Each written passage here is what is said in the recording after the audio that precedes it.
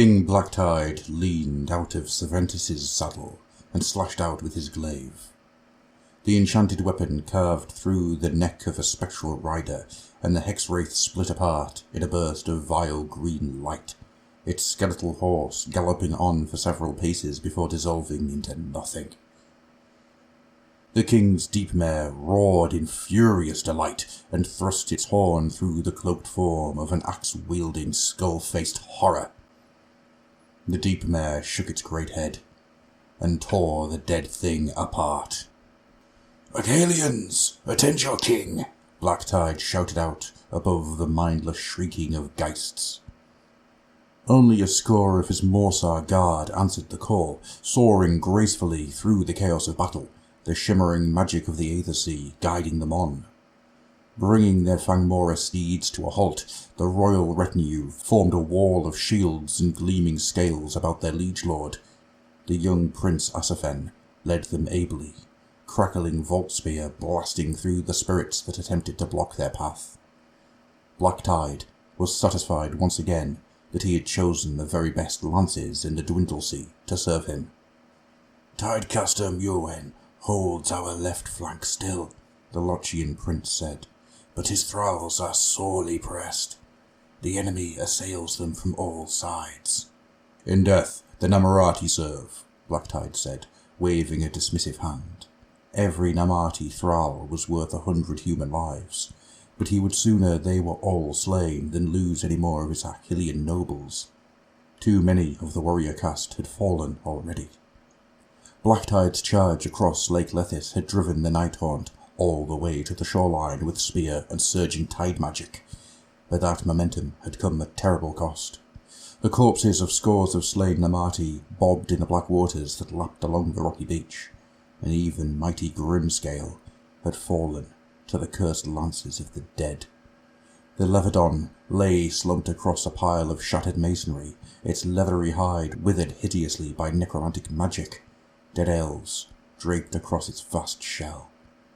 Blacktide's anger rose to see such a magnificent creature laid low.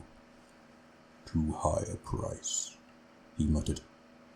Whatever secrets lay beneath the mausoleums and cemetery sprawls of Lenthis could not be worth such losses, no matter what Soul-Scryer Namos might say. At the urging of the Ishran priests, King Blacktide and his court had come to the Raven City to treat with the landbound peoples, drawn by whispered tales of arcane engines that sapped the mind and stole away the memories of any who drew near. A powerful tool indeed for a race such as the Ideneth, who thrived on secrecy and isolation. But what use would such treasures be if his armies were destroyed on the banks of this accursed lake? "We should not have left the deep places," he muttered. With every passing moment, more spectral creatures spilled out of the clouds above, encircling the Deepkin and cutting off any chance of retreat. "Where are the city dwellers?" said Isaphen.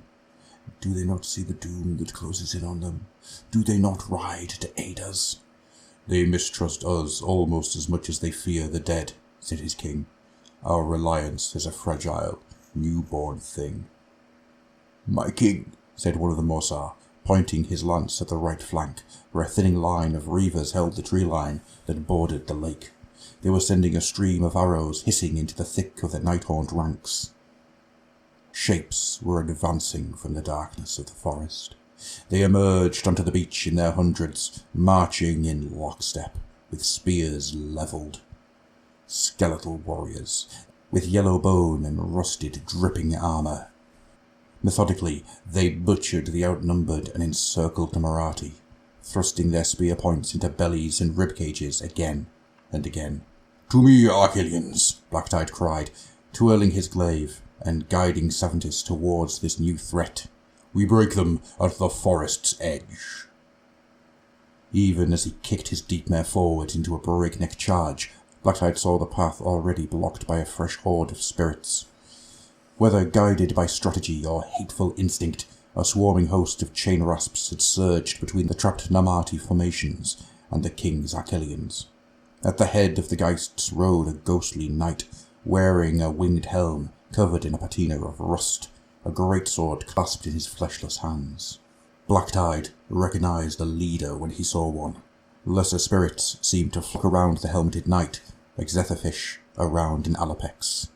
"That Wraith Liege is mine," growled Blacktide, gesturing towards the ghostly figure before releasing his grasp upon his deep mare's reins. Switching his glaive to his left hand and setting it tight against his shoulder, the king drew a falchion from the sharkskin scabbard on his back. To the thunder of void drums, the king's retinue charged, cries of vengeance and death upon their lips. They were but a few hundred paces from the spectral host when the skies turned black as the abyss, and shadows engulfed the battlefield. Looking up, the king saw storm clouds coalesce across the shore of Lake Lenthis. Crackling arcs of lightning played across the skies, not the searing white bolts of a summer storm, but a blazing amethyst that strobed the corpse-strewn battlefield with a purple light. The clouds parted, and great columns of violet lightning roared through the air and slammed to the ground among the night-haunt mass. They struck with deafening blasts, sending up great gouts of sand and shattered spirit stuff. Blacktide hauled back on the reins, shielding his eyes from the blinding glow of the lightning bolts. As the painful after-image ebbed from his vision, he saw burly figures emerging from craters in the soft earth. Obsidian statues, wearing funereal masks and carrying hammers and blades that spat forks of purple lightning. These giants smashed into the mist of the spectral force, swinging their immense weapons as if they weighed nothing at all. Each blow shattered a chain rasp into motes of sickly light, or blasted a spectral rider from his steed. "The men of lightning," whispered Prince Asaphen, a note of awe in his normally taciturn voice. The anvils of the Heldenhammer, protectors of Lenthis, had come as they had sworn they would. A grim smile flickered across Blacktide's lips. Perhaps the deep would not claim all his warriors this day. Greatest of all the black-clad giants was a figure mounted on a draconic beast. Amethyst light played across this one's golden pauldrons as he smote his foes with an immense grand hammer, striking left and right with a speed that seemed impossible for one so large. The champion was chanting as he slew, not a wrathful battle cry, but a sombre dirge that drifted mournfully across the field of battle, and was echoed by the lips of the black-armoured warriors. "He fights well," said Asaphen. "For a human, at least." More and more bolts of lightning were slamming down from on high, unleashing more Stormcast Eternals into the thick of the fighting. Shadows flickered across the king, and he looked up to see glorious winged figures sweep across the skies, hurling javelins that sank into the night-haunt mass before detonating in a blinding spray of lightning.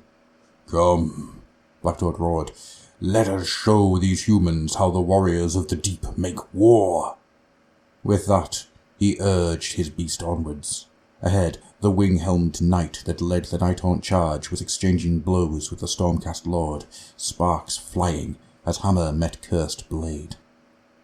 A weapon in each hand, Blacktide urged his deep mare forwards, making for the dueling warriors. Skull-faced spirits swooped down upon him as he soared through the carnage, their chill breath causing bitter rime-frost to creep across his armour. The wretches met nothing but the killing edge of his blades. Then he was down through the swirling mass of incorporeal forms, bearing down upon the night-haunt general, still locked in single combat with the Stormcast Lord. "For the Synthai!" he roared, and the spectral knight's rusted helm swiveled to face him. "For Volturnus and the First Enclave!" Blacktide thrust his glaive straight through that eyeless face, and felt an icy pain shiver up his arm as the weapon sank deep into ethereal matter. The Ghost Knight began to shiver and flicker, his helm crumpling, his blade crumbling to dust. Blacktide hacked down with his sword, and with that blow the entity came apart in a burst of deathly green light. With the spirits unmaking, the swirling Nighthaunt seemed to lose their cohesion. The flanking charge of skeletal spearmen had been broken back by the violent assault of the anvils of the Heldenhammer. So too did Blacktide see his own warriors regrouping, the Morsar Guard wheeling and charging again and again into the flank of the ghostly horde, unleashing blast after blast of energy. For now, the enemy had been repelled, but it would be nothing but a temporary reprieve. The emerald glare of balefire shone on the horizon, growing more potent by the second. Blacktide heard a low snarl, and turned to stare into the face of the Anvil leader's reptilian mount. Its eyes narrowed. The deep mare hissed in kind, lowering its own horned head. The Stormcast Eternal patted his steed's flank and gave a deep bow. His eyes were pools of violet light that blazed within that merciless war mask. "She-King," the black-armoured warrior said, in a deep and rasping voice. "I am Lord Celestin Vandergool of the Soul Guard, and it is mine honour to command the city's armour. Thou hast fought well this day. Neither Lenthis nor the God King shall soon forget it." "Tell it to the dead," said Blacktide. "Too many of my kin have been sacrificed already." "The debt shall be repaid," said the armoured giant, nodding. "Thy bravery has earned us precious time, but death does not relent. We must retreat to the walls of the city. The hour is won, but the battle for Lenthis is yet to begin." Looking out across the pitch-black waters of the Great Lake, Blacktide saw a spectral host, larger even than that which they had just hurled back at such cost, swooping in towards the city. Yet more grave lights burst from the summit of the distant mountain that loomed over Lenthis, spilling down the sides of the titanic edifice like emerald lava. There had never been such a gathering of spirits seen at Lenthis. "It seems that Nagash has emptied the underworld's entire to ensure that Lenthis falls," he said, awestruck by this terrible sight. "Tell me, Vandergool, what has your god-kin hidden beneath this place that inspires such bitter fury?" "Pray thou never knowest that truth," the Lord Celestin said, "but know that if Raven City falls, such death as thou hast witnessed today shall be nothing to the nightmare unleashed upon the mortal realms." By Nick Horth.